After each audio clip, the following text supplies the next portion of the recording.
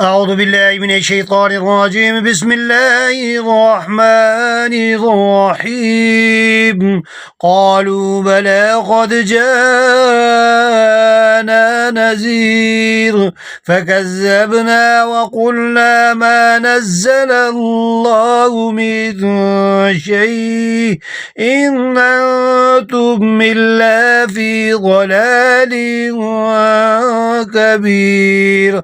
وقالوا لو كنا نسمع أو نعقل ما كنا في أصحاب السعير فاعترفوا بذنبهم فسحقا لأصحاب السعير.